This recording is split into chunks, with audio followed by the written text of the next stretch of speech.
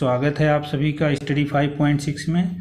तो आज हम प्रश्नावली 1.2 के सवालों को हल करेंगे। तो पहला सवाल हमारा है, निम्नलिखित संख्याओं के अभाज्य गुणनखंड ज्ञात कीजिए। तो कोई भी भाज्य संख्या है उसका अभाज्य गुणनखंड कैसे ज्ञात करेंगे, इसको हम आप लोगों को इस सवाल में बताएंगे। तो आइए, हमारी पहली संख्या है 140। तो 140 का अभाज्य गुणनखंड जब करेंगे तो यहाँ पर हम सबसे पहले सबसे छोटी अभाज्य संख्या 2 है, 2 से देखेंगे। तो यहाँ पर यदि इकाई का अंक 0 है, 2 है, 4 है, 6 है, 8 है, तब वो 2 से कटेगी। तब यहाँ देख रहे हैं हम, अब इकाई के अंक 0 है तो 2 से काटेंगे। तो यहाँ 2 सत्ते 14 हो गया, ये 2 0 हो गया। अब यहाँ देख रहे हैं अब भी 0 है तो फिर 2 से काट देंगे। 2 तिहाई 6, 2 पचे 10। अब यहाँ 35 आ गया। 35 देख रहे हैं कि अगर अंकों का योग 3 से कटता है, 5 3 8, तो 8 3 के पहाड़ में नहीं आएगा, इसलिए 3 से नहीं कटेगा। अब हम 5 से इसको काटेंगे तो 5 एकम 5, 5 सत्ते 35 ये हो गया। अब यहाँ 7 बचा तो इसको हम 7 से काट देंगे, 7 1 के 7। तो फैक्टराइजेशन तब तक करते हैं अभाज्य गुणनखंड जब तक कि नीचे 1 नहीं आ जाता है। अब यहाँ देख रहे हैं 1 आ गया। अब हमारा ये अभाज्य गुणनखंड हो गया। तब यहाँ लिख देंगे 140 बराबर 2 गुणे 2 गुणे 5 गुणे 7। तो चूंकि 2 5 7 ये अभाज्य संख्याएं हैं, इसीलिए यह 140 का अभाज्य गुणनखंड होगा। तो इसको हम लिख सकते हैं 2 की घात 2 गुणे 5 गुणे 7। तो यही हमारा आंसर होगा। तो 140 का अभाज्य गुणनखंड यही होगा। तो अंकगणित की जो मूल प्रमेय है वो बताती है कि किसी भी संख्या का अभाज्य गुणनखंड यूनिक होता है। अब हम दूसरा सवाल देखते हैं 156। अब यहाँ पर 156 को भी हम अभाज्य गुणनखंड करेंगे। यहाँ ये 156 हमारा है। अब यहाँ देख रहे हैं इकाई के अंक पर 6 है तो यह भी 2 से कटेगा। 2 सत्ते 14, 1 15, 2 8 16 हो गया। यहाँ पर इकाई के अंक 8 है तो 2 से कटेगा। 2 तिहाई 6, 1 7 और 2 9 18। अब यहाँ ये हमारा 39 आ गया। 39 को देख रहे हैं 3 से कट रहा है, क्योंकि 9 3 12, तो अंकों का योग ये 3 से कटता है तो संख्या 3 से कटती है। तो यहाँ इसको 3 से काटेंगे। 3 एकम 3, 3 तिहाई 9। अब ये 13 संख्या आ गई। 13 अभाज्य संख्या है। तो जब अभाज्य संख्या आ जाए तो उसको उसी से काट देते हैं। यहाँ 13 एकम 13 हो गया।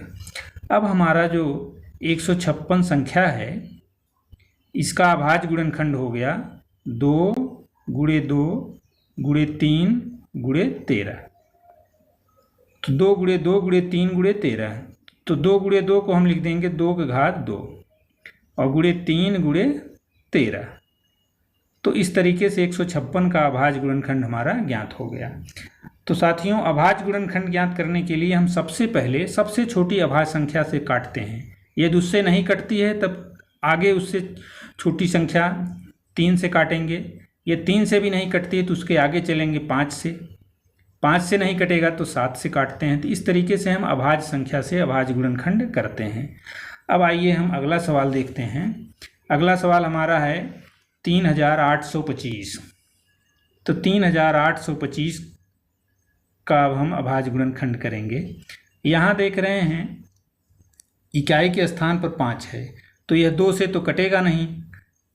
3 से विभाजित होने के लिए देखते हैं। 8 5 2 7 8 15, 15 3 18।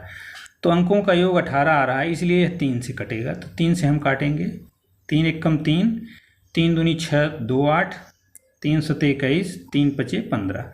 अब फिर देख लेते हैं 7 5 12 2 14 1 15। तो 15 आ रहा है, 15 3 से कटेगा तो इसलिए फिर 3 से काटेंगे इसको।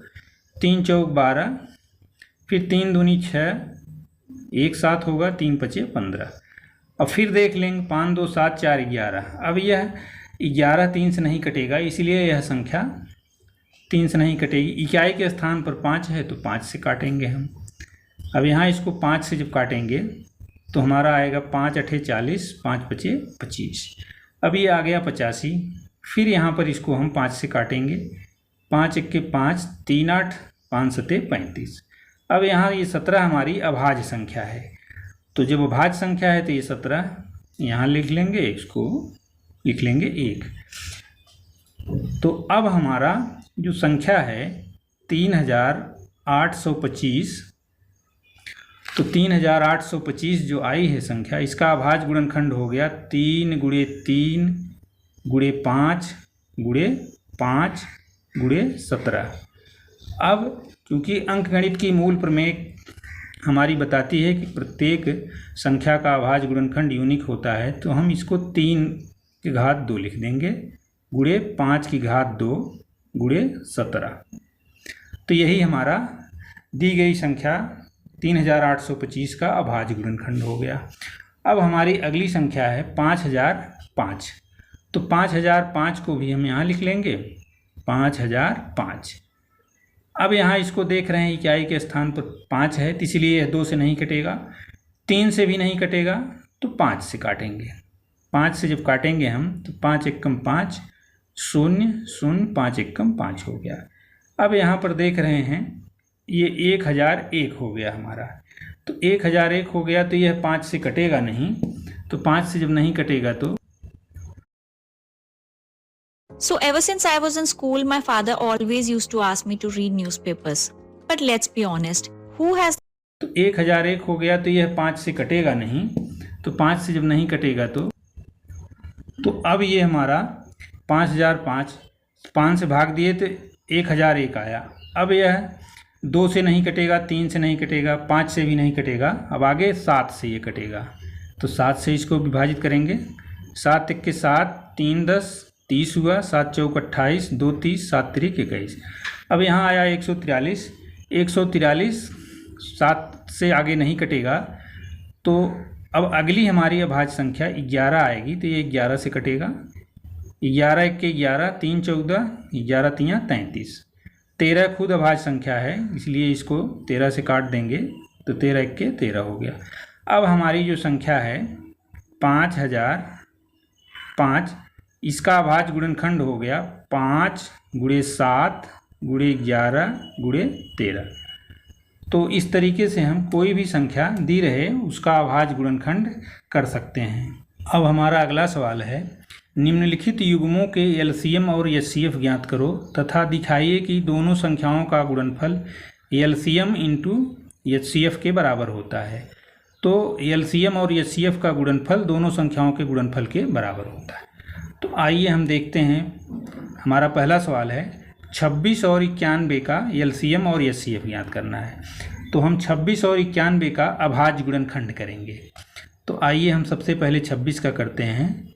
26 का अभाज्य गुणनखंड ऐसे करेंगे, यहाँ इकाई के स्थान पर 2 है, 6 है, तो 2 से काटेंगे। 2 1 2, 2 3 6। अब यहाँ 13 अभाज्य संख्या आ गई, तो इसको 13 से ही काटेंगे। 13 1 13। अब 26 का अभाज्य गुणनखंड मालूम हो गया। अब 91 का हम अभाज्य गुणनखंड करेंगे। 91, अब ये 2 से कटेगा नहीं और 3 से भी नहीं कटेगा, 4 5 6 से भी नहीं कटेगा, तो इसको हम 7 से अब देखेंगे। 7 से ये कट जाएगा। 7 1 के 7, 2 9, 7 3 21। अब यहाँ भी 13 अभाज्य संख्या आ गई, अब 13 से काट देंगे। 13 1 13। अब यहाँ हम 26 का अभाज्य गुणनखंड लिखेंगे। 26 बराबर 2 × 13 और 91 बराबर 91 का अभाज्य गुणनखंड हमारा 7 × 13 हो गया। तो अब एलसीएम निकालने के लिए देखिए, एलसीएम हम इसका कैसे लिखते हैं। एलसीएम लिखने के लिए हम इन संख्याओं का गुणा कर देंगे। जो संख्या एक बार आई है उसको एक ही बार लिखेंगे। यहाँ लिखेंगे 2 × 7 × 13। अब यहाँ 13 इसमें है, इसमें भी है, लेकिन एक ही बार इसको लिखेंगे। तो इसका जब हम गुणा करेंगे तो ये हमारा गुणनफल आएगा 7 दूनी 14, 14 × 13। अब बराबर ये आ गया हमारा 14 में जब 13 से गुणा करेंगे तो ये आ जाएगा 182। 182 हमारा एलसीएम आ गया। अब एचसीएफ निकालने के लिए इसका एचसीएफ जब निकालेंगे तो इसमें देखेंगे कि जो संख्या दोनों में है उसी को हम लिख देंगे। तो देख रहे हैं 2 इसमें है, इसमें नहीं, 13 इसमें भी है, इसमें भी है, तो इसलिए इसका एचसीएफ 13 आ गया। तो अभाज्य गुणनखंड से एलसीएम और एचसीएफ इस तरीके से हम निकाल लेते हैं। अब हमें दिखाना है कि दोनों संख्याओं का गुणनफल एचसीएफ और एलसीएम और एचसीएफ के गुणनफल के बराबर होता है। तो आइए हम देखते हैं संख्याओं का गुणनफल। यहाँ पर संख्याओं का गुणनफल, संख्याओं का गुणनफल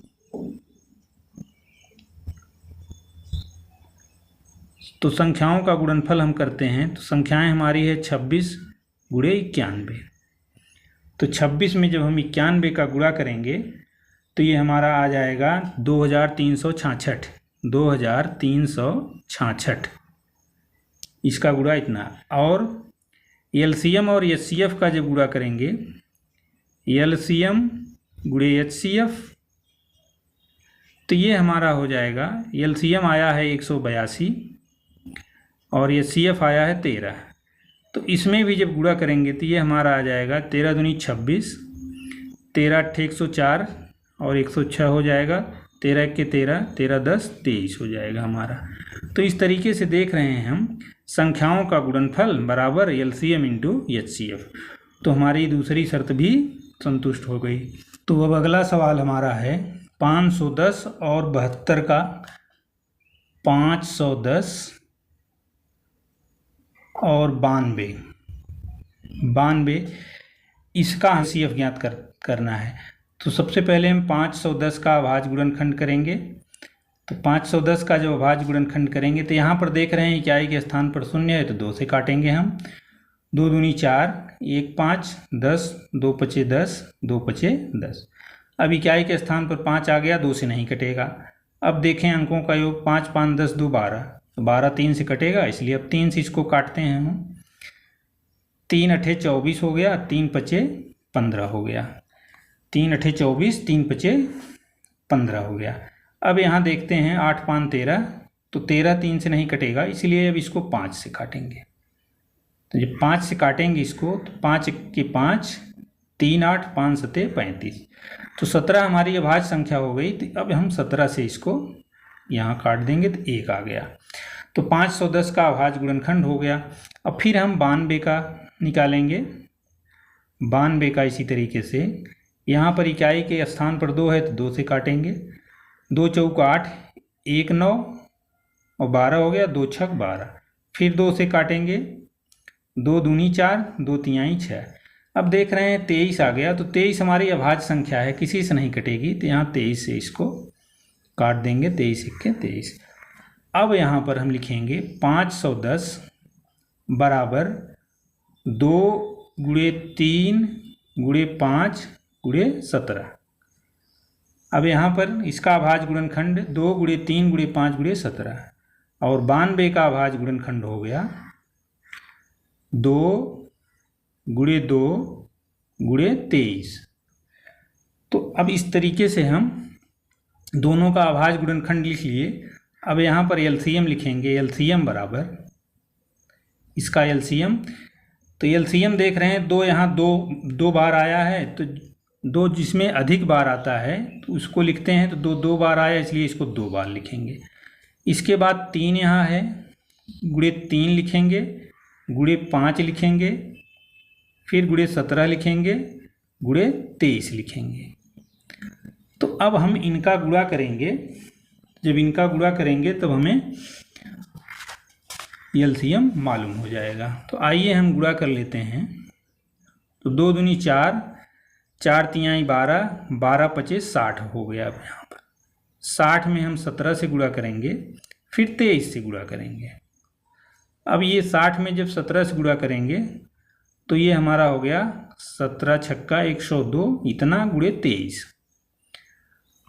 अब 23 का गुणा करेंगे इसमें तो ये हमारा हो जाएगा 23 0 0, 23 दूनी 46, 23 0 0 4, 23 1 के 23। अब ये 460 इसका एलसीएम हो गया। अब एचसीएफ इसका हमारा हो जाएगा एचसीएफ। अब एचसीएफ देखते हैं, जो दोनों में होता है वही लिख लेते हैं। इसमें देख रहे हैं 2 इसमें है और इसमें भी है, 3 इसमें है इसमें नहीं है, 5 इसमें है इसमें नहीं है, तो इसका एचसीएफ 2 हो गया। अब जब एचसीएफ और एलसीएम मालूम हो गया, तब हम अब देखेंगे कि संख्याओं का गुणनफल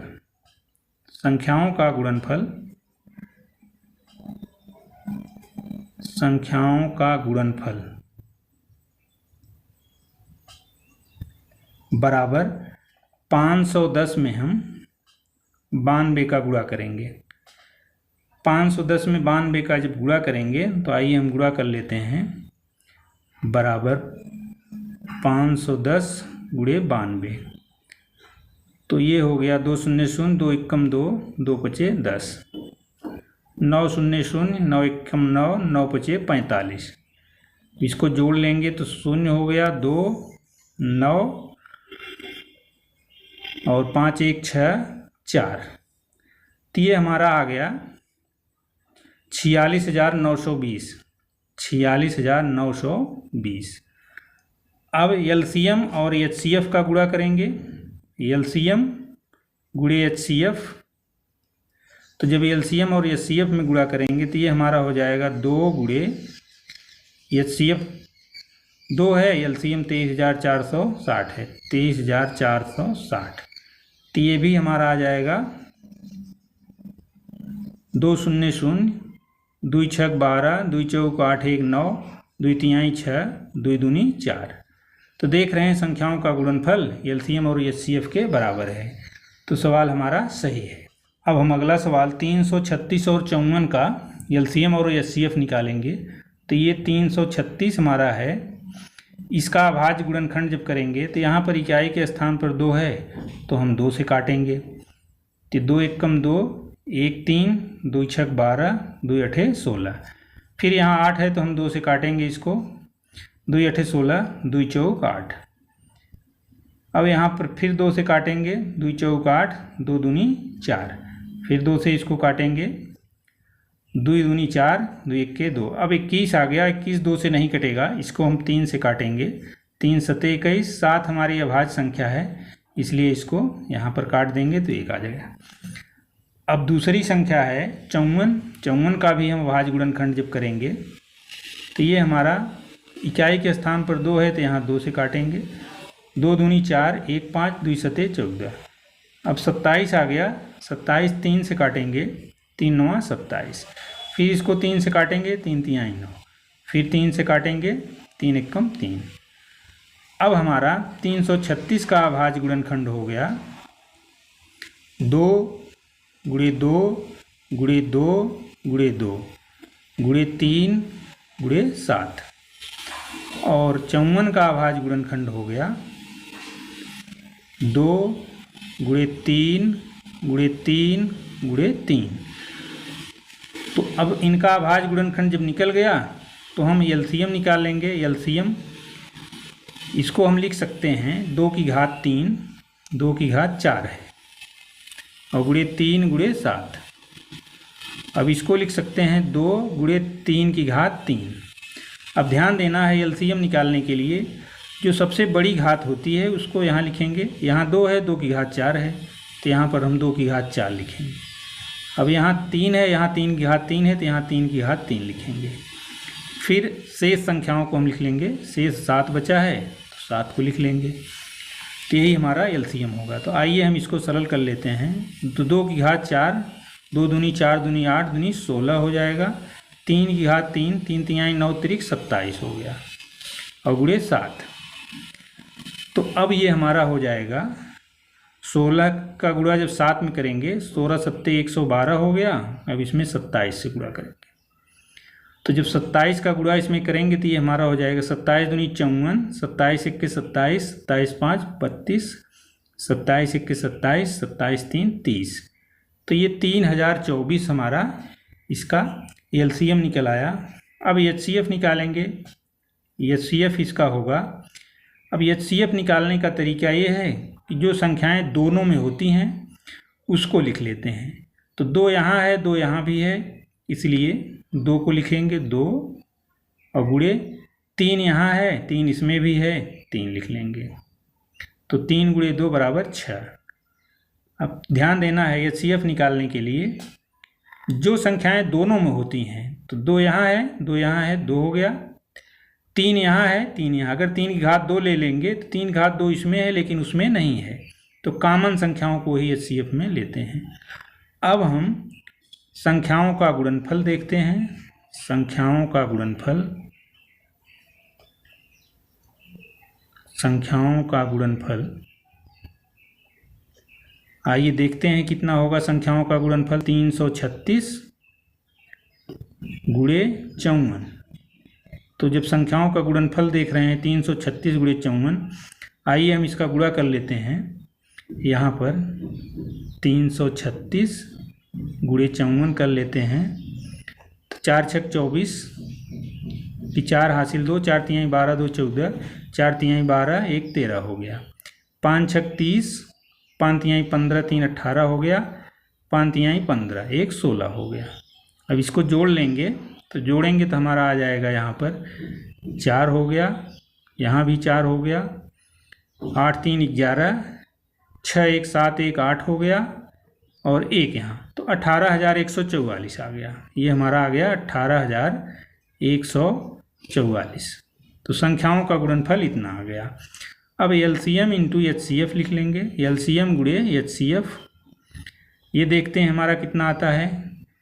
तो यहाँ पर LCM है 3024, HCF है 6, इसका भी गुणा करेंगे हम, तो 6 चौक 24 हो गया, 6 दूनी 12, 12 दूनी 14 हो जाएगा, 6 0 0 1 और 6 तिरिक 18 हो गया।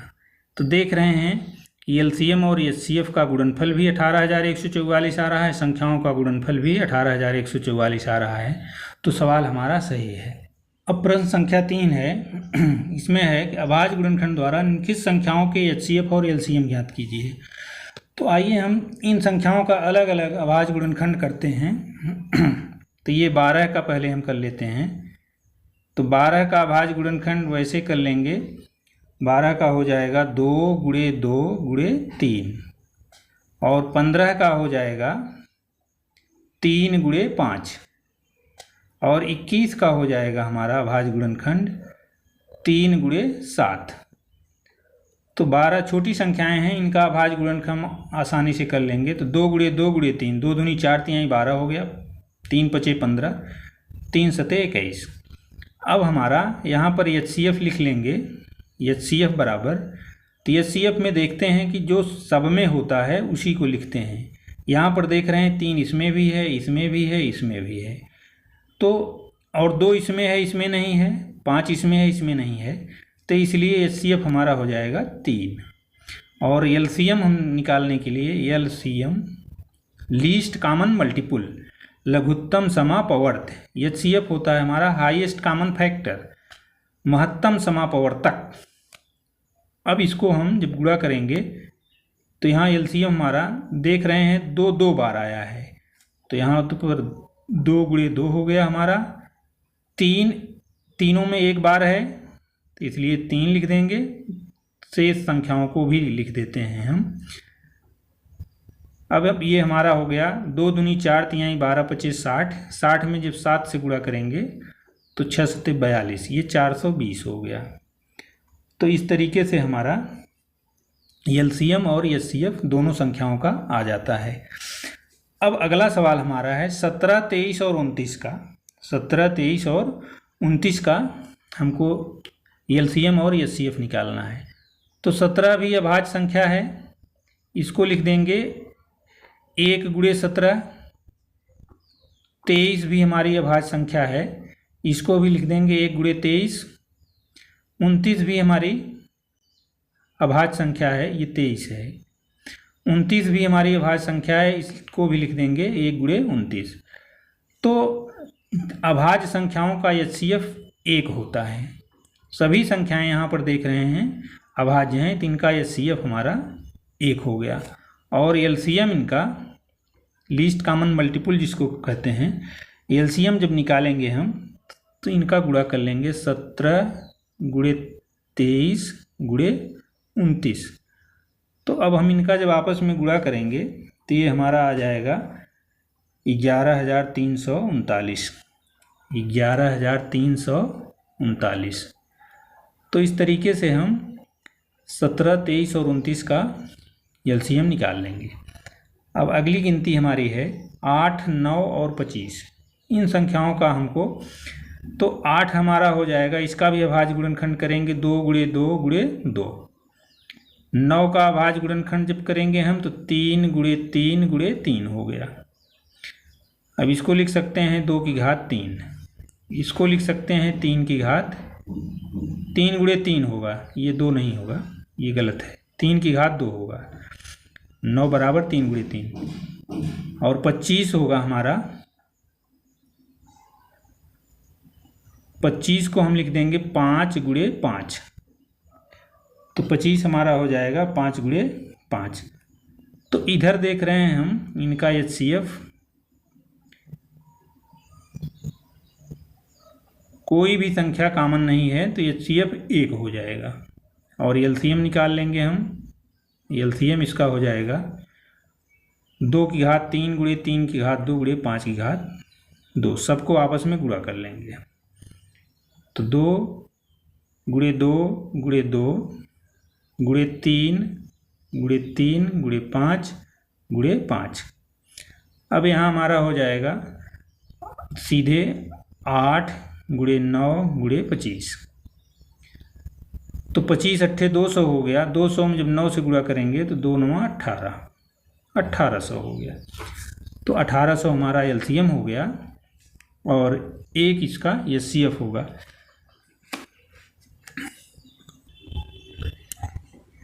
अब हमारा अगला सवाल है, यदि HCF 306 और 657 का 9 है तो इनका LCM ज्ञात करना है। तो हम जानते हैं कि ये दो संख्याओं का HCF दिया गया है, तो LCM निकालने के लिए हम LCM गुणे HCF ये बराबर दोनों संख्याओं का गुणनफल होता है, दोनों संख्याओं का गुणनफल।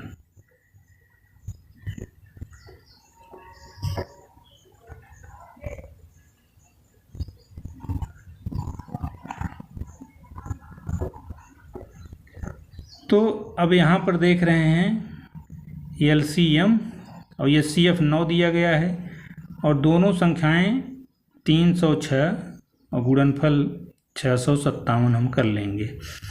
अब यहाँ 9 का गुणा किया गया है तो उधर जाएगा तो भाग हो जाएगा। तो LCM बराबर होगा 306 गुणे 657, इधर 9 से हम भाग दे देंगे। तो यहाँ 9 एकम 9, 9 सत्ते 63, 2 65, 9 त्रिक 27।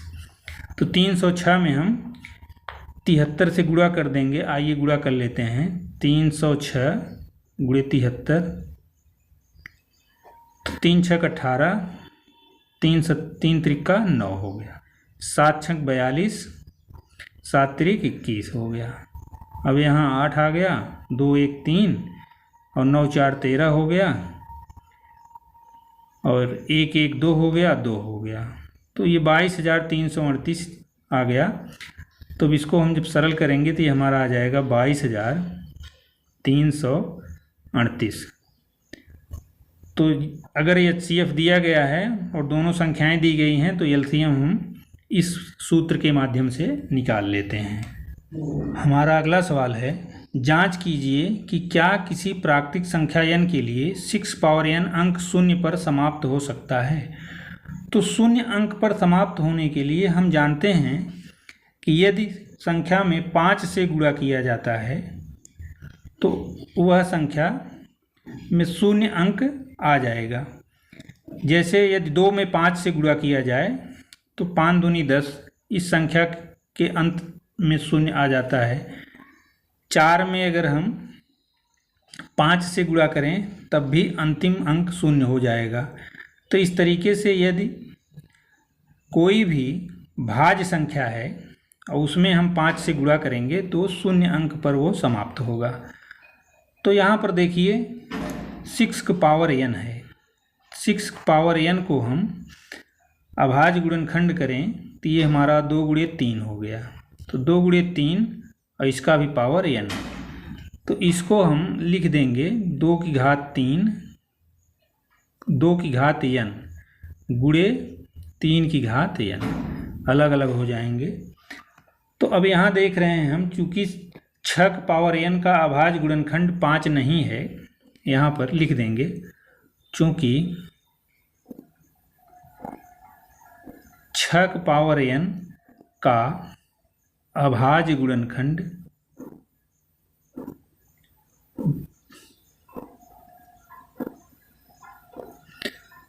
5 नहीं है, तो जब तक 5 नहीं आए 6 पावर n का अंक 0 पर समाप्त नहीं होगा।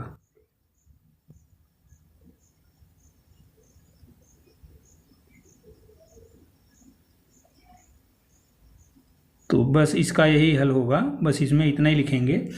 कोई भी संख्या है जब उसका अभाज्य गुणनखंड 5 होगा तब वह संख्या 0 पर समाप्त हो जाएगी।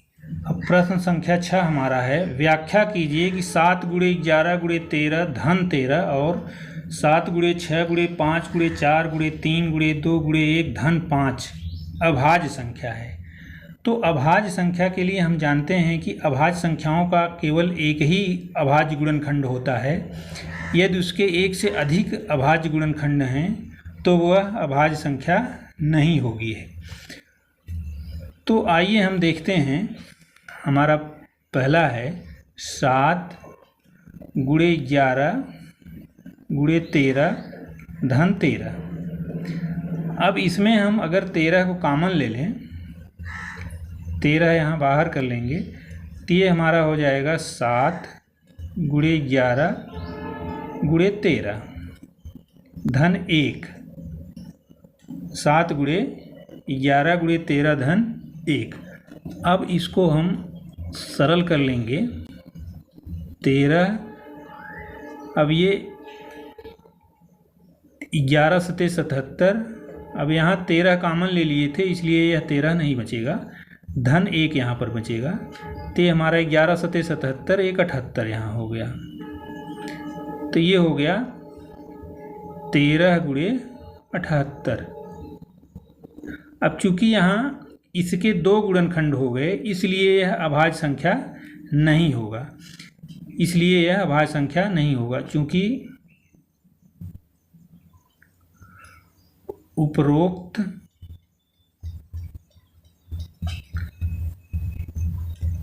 संख्या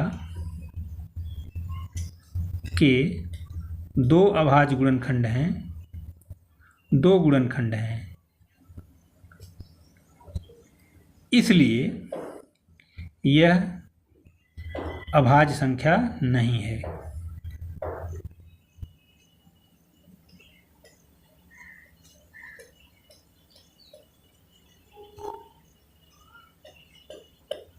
हमने बताया कि अभाज्य कोई भी अभाज्य संख्या है उसका गुणनखंड एक ही होता है। जैसे 2 का गुणनखंड 2 ही होगा, 3 का 3 ही होगा, 7 का 7 ही होगा, 11 का गुणनखंड 11 ही होगा।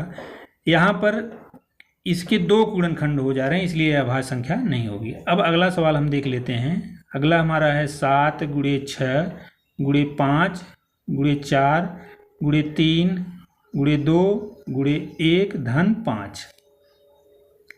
अब इसको भी हम हल कर लेंगे। यहाँ 5 है तो यहाँ 5 कॉमन ले लेंगे, तो जब 5 कॉमन ले लेंगे तो ये हमारा हो जाएगा 7 गुणे 6, 5 कॉमन लिए हैं इसलिए यहाँ पर कट जाएगा, गुणे 4 गुणे 3 गुणे 2 गुणे 1 धन 1, यहाँ पर 1 हो जाएगा। तब ये देखिए यहाँ पर 5 हो जाएगा, तब यहाँ पर इसको गुणा कर लेंगे हम, 3 दूनी 6, 6 6 चौक 24, 24 में 6 से गुणा करेंगे, ऐसे गुणा कर लें, 7 छक 42, 42 दूनी 84, 84 में 12 से गुणा कर लें, 84 गुणे 12 धन 1 यहाँ पर है। अब इसको जब गुणा कर लेंगे हम तो ये हमारा आ जाएगा 5, यहाँ पर 12 चौक 48, 12 अट्ठे 96, 96 4, ये हमारा 100 हो गया और धन 1। तो इधर ये आ गया 5 और दूसरा आ गया 1009। तो इसके भी हमारे 2 गुणनखंड हो गए। तो इसके भी जब 2 गुणनखंड हो गए तो ये भी हमारा अभाज्य संख्या नहीं होगा। तो यहाँ पर चूंकि लिख देंगे, चूंकि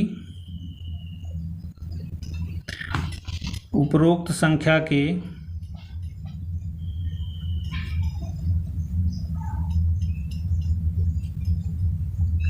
दो गुणनखंड हैं,